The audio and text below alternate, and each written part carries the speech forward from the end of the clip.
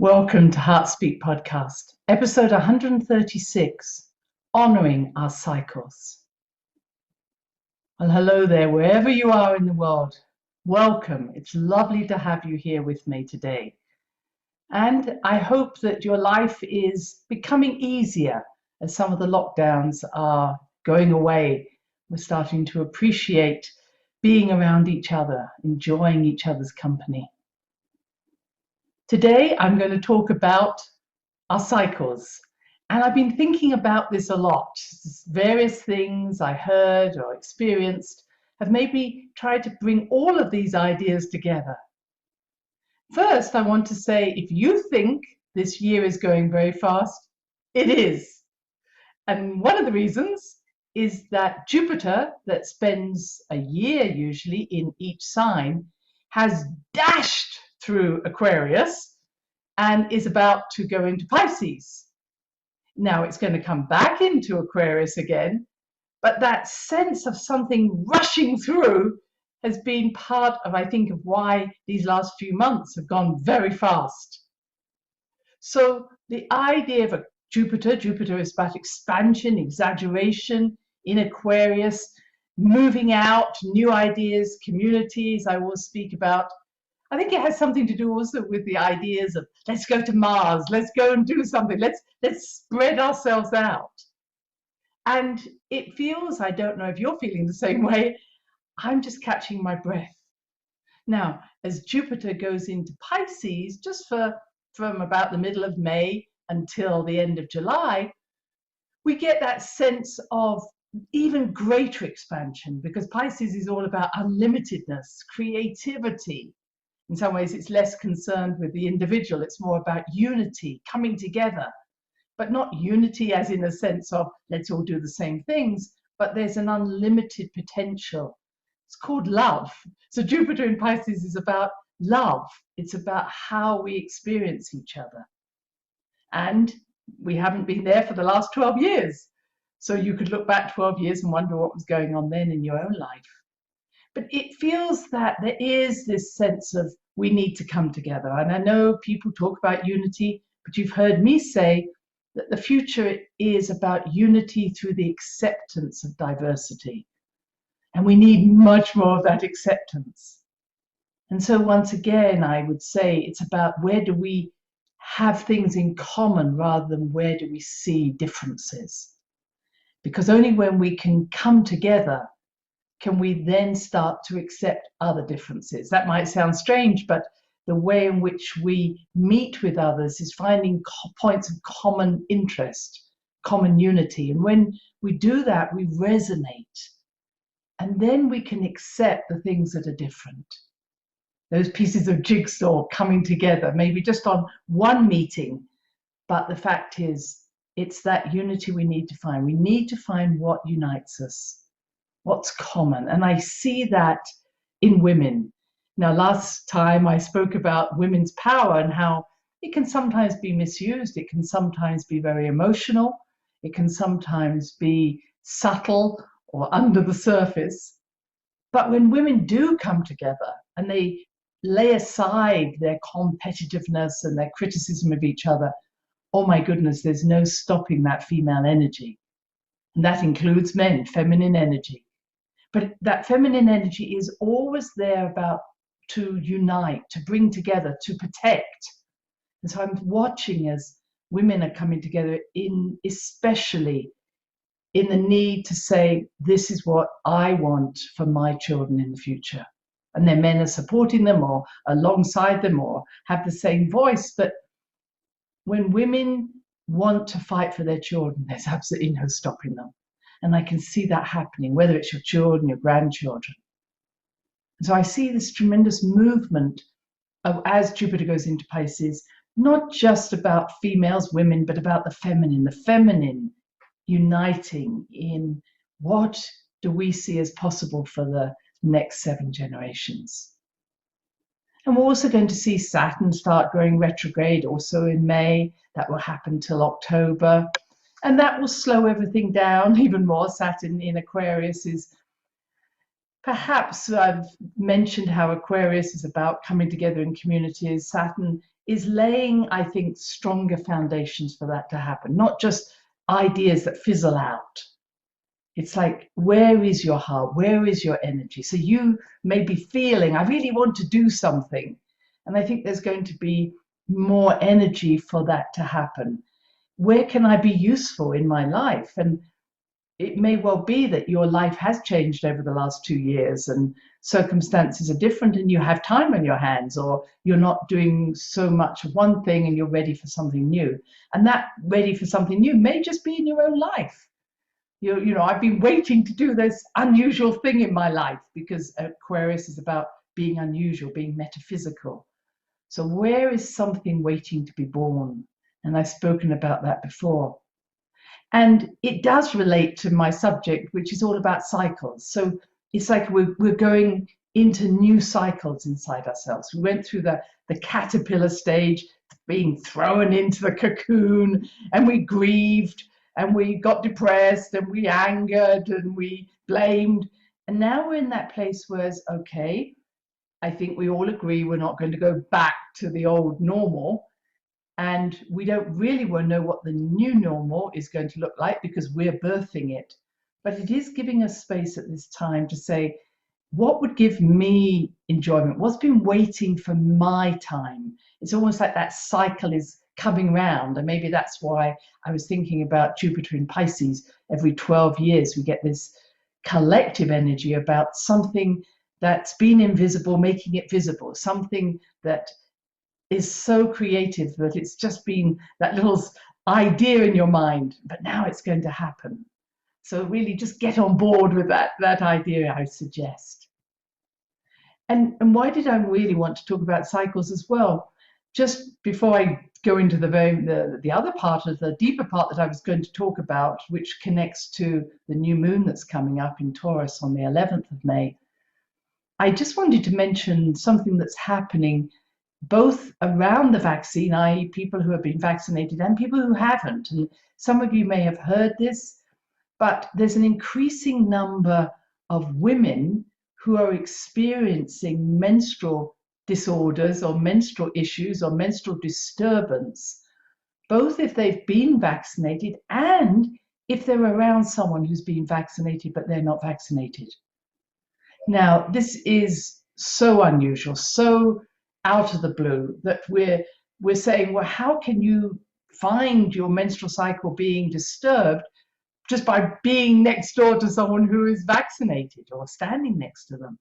But it's occurring at such a rate now that there are thousands of women around the world who are saying, yes, that's happened to me. Yes, I'm bleeding at times when I wouldn't have bled, or my bleed is longer, or I haven't had a period when I thought I would. But for women to have a disturbed menstrual cycle tends to make me think that something's not just affecting the ovaries, etc., but really affecting the main gland, which is, of course, the pituitary and the hypothalamus. And so we're waiting to see what happens here. I also believe that, I've been looking at the women who have had blood clots. I would love to know if those young women who have had blood clots after the vaccine were on the pill or were on some form of estrogen, estrogen, progesterone patch, injection, etc. Because we all know that one of the side effects of estrogen or the pill has been blood clots, thickening of the blood, a tendency towards blood clotting. And I'm just wondering if there's some interaction happening here between the vaccine and the estrogen. And I believe that may be true. Now, again, observation, please. You can come back and you can say this is rubbish, but please don't say it's rubbish unless you have something else to put in its place, because it's so easy just to say that. I'd love to hear from anybody who may have another view of this from their own personal experience or a scientific view. But we have to start to build these observations. And if we're going to move forward with this, we have to understand what's happening to people, and this unusual bleeding that's happening with people who still have a menstrual cycle or may even just have estrogen in their system. There's something going on here.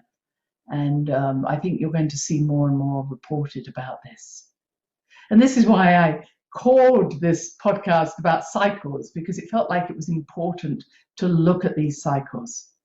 So my next piece of this is about looking at earth cycles, because the new moon on Taurus is all about nature and the earth and the bodies that are all coming together, is where is there a disturbance in the earth cycles?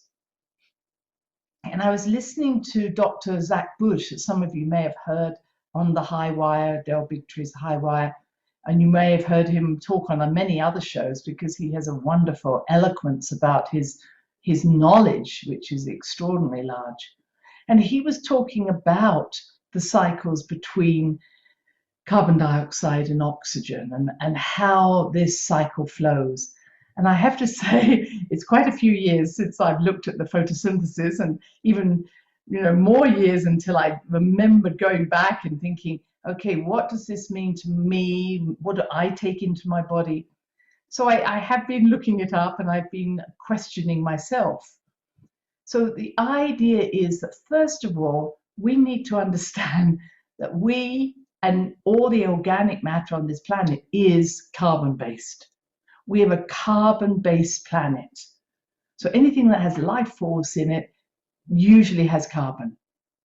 And as humans, our main 4 elements are, minerals or elements, yes, chemical elements, are carbon, hydrogen, nitrogen, oxygen. Can you remember that? I had to kind of check with myself. And on top of that, you have calcium and phosphorus. And first of all, water, as you know, takes up a lot of our mass. 70% of us have, our mass is water, H2O. And then about 18% is made up of carbon, and that comes in many different forms, and then nitrogen. So the carbon is so many parts of us that I think we don't always appreciate where that carbon is. We could say there's calcium and there's carbon in the bones, we might say that in hair, but carbon and nitrogen and oxygen also very important in the proteins. So what is a protein? A protein is a collection of amino acids. What's an amino acid? It's made up of those 4 elements that I've just talked about. So what is a protein? A protein is everything. As I say, it's my hair, my skin, my organs, and also my enzymes, my catalytic enzymes, my nervous system. Really, the whole structure of our beingness is protein-based. And proteins are amino acids, and amino acids are made up of carbon, hydrogen, nitrogen, oxygen. So to say that we need to, where I started with this was when we're looking at reducing carbon emissions, I understand what is being said, because that's really saying we need to reduce the carbon emissions that are coming from the oil and gas companies, but we are carbon. So we must never think we're going to get rid of carbon, nor must we get rid of oxygen. We would die. So this idea of carbon isn't something, we must not look at this as something negative. Carbon monoxide can be poisonous in the wrong amount. Carbon dioxide can be difficult, but so can water, and so can oxygen. We used to give children, preterm babies, 100% oxygen, thinking it would be fine. Well, we cause blindness. We don't want or need 100% oxygen. In fact, it kills us. So we need to understand that when we're talking about let's reduce carbon emissions, we are the emitters. We breathe out carbon dioxide. And why do we do that? Because it's part of our cycle. It's part of who we are. And so I started to look at, first of all, what happens in this cycle, the cycle between us and the plant kingdoms and other kingdoms that absorb carbon dioxide. So the plant absorbs the sunlight through the chlorophyll, and that sunlight transforms the carbon dioxide into energy. The byproduct is oxygen, which it then releases. There is also, in that plant, it produces carbohydrate. We know that as different forms of either starches or sugars. So the plant is able to absorb the sunlight, the light, with the use of carbon dioxide in order to meet its own need of energy. We take that oxygen, we take it inside ourselves, and we then use that oxygen and a carbohydrate or a fat product in order to convert those products into light, into energy for us. And we then release carbon dioxide. So then that carbon dioxide goes to the plants. That is the cycle. So the plants absorb the sunlight so that they can create energy. And by eating the plants, we then release that sunlight into our bodies and we create carbon dioxide for the plants. It is a beautiful cycle. And this is a reason for us needing to be able to eat the carbohydrates, etc.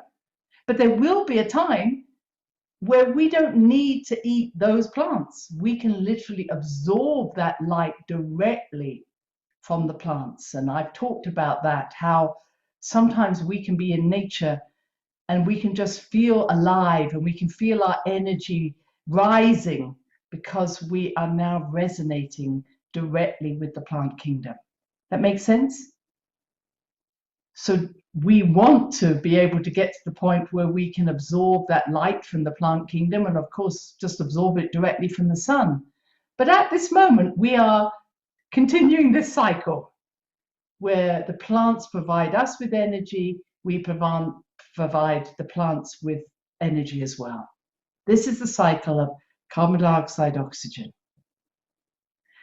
Now what Zach Bush is saying is that is okay, but a larger area of carbon is taken out of the atmosphere by the mycelial, the fungal networks that run beneath our feet. And I actually see that there's a company that's creating mycelial bombs, they call them, where you can spray onto your lawn this fungal energy that doesn't destroy the lawn, but the fungus actually goes into the soil beneath your lawn, and it becomes then a way in which the carbon dioxide is taken into the soil. And so more carbon will be absorbed. Because what he says is that up till about the 1970s, the balance between the carbon emissions and the ability for the earth to absorb that carbon was in balance. But he said once we started using pesticides and killing off, or the fungicides, killing off the mycelia, killing off the earth's own biomass, there wasn't enough ability, enough photosynthesis occurring, and so the carbon has built up. And that made sense to me. So one of his jobs has been to actually go and talk to the farmers and try and get them to not plow every field at the end of a season, because in plowing the fields they're actually disturbing this network, they're disturbing everything that's happening within the earth, and therefore it's breaking down the ability for the earth to absorb this carbon. Made sense to me. Of course the use of pesticides and etc. is not helping. And so there's so much more about us all growing our own gardens. Whatever you can do to a lawn takes up a lot of water, but a lawn can also be a source of creating more vibrancy beneath that lawn. I've just got excited by the fact that we don't need to be constantly looking at what's wrong with the carbon dioxide. We need to find sources that allow the plant kingdom to actually work with this. Now, does that mean that I think we shouldn't have carbon emissions from oil and gas? And I would say, yes, it would be wonderful if we actually knew and remembered how to use the external or the eternal energy that's beneath our feet, which is always there. I'm not convinced at the moment that we have the ability to store enough energy in wind or solar We don't have the batteries at the moment to do that. Maybe we will. But I also want to say that when anybody says to me we need to get rid of oil and gas, I don't know if you know how many products are out in our world that rely on that industry. When I receive a parcel from Amazon, the styrofoam, the plastics, my toothpaste, my facial creams, my cosmetics, nearly my plastic, maybe clothes I wear, the nanoparticles, the nanoplastics now that are in so many things. If you want to understand this, please do look this up, because it's so amazing how much we rely on the oil and gas industries for the plastics. And that if we're going to reduce the amount of oil and gas industry, we need to understand how much of our world is run by that industry, much larger than just what you put into your car. And so the final thing I want to say about cycles is our own cycles. A couple of podcasts ago, I talked about how it's about allowing ourselves to breathe in with new ideas, bring new ideas forward, nurture those dreams, bring them to fruition. And the second part of that cycle is owning what we have, owning what we've done. I've been reading the book, The Midnight Library, which is a lovely book. And the book is all about the book of regrets. What do you regret? And sometimes we get caught up in not only what have I not done yet, but regretting that even when we've done something, I wish it had turned out differently, or I wish I'd done something in a different way. And I think the book really brings to mind about how we shouldn't live with regret, and that sometimes we don't always see straight exactly why we did something or what came out of that situation. And I really hope that you're not living with regret. And if you are, find a way of making peace with yourself. Because so often we get caught up in our own feelings of failure. I wish I'd done that because I'm not a very good person. Or I wish I'd tried harder or something. A lot of it is all about how we don't take care of ourselves, how we're not fair on ourselves. So when we're looking at the cycles of our life, let those cycles be connected to I did it. And just as when we are taking food into our body and releasing the light, recognize that it is the light of wisdom that we receive from our experiences. So we take in an experience, we partake of that experience. But the most important part is, how did I grow? What did I learn? How did I expand myself? How do I know myself better? And that's the light, that light I'm talking about. What is the light of wisdom that's made you lighter, made you shine more, made you more compassionate towards yourself, maybe, and others? Because that's the complete cycle. It is not what you do in your life. It's how did you grow? How did you know yourself more fully? That's the complete cycle. So I hope you enjoy this new moon that's coming up. I hope you enjoy the cycles. And just remember, the biggest cycle we have, the easiest one, is breathing. Just let your breath come in and let your breath go out. And be aware of the fullness of your cycle, the fullness of your in-breath, the fullness of your out-breath. And know that all is well. Many blessings now. Bye-bye. Thanks for listening to the HeartSpeak podcast with Dr. Christine Page. Please check out all HeartSpeak episodes in the podcast archive section on www.christinepage.com. HeartSpeak is also available on iTunes, Spotify, Google Podcasts, Sticher Radio, and now playing on iHeart Radio. You can also watch the archive podcasts on YouTube.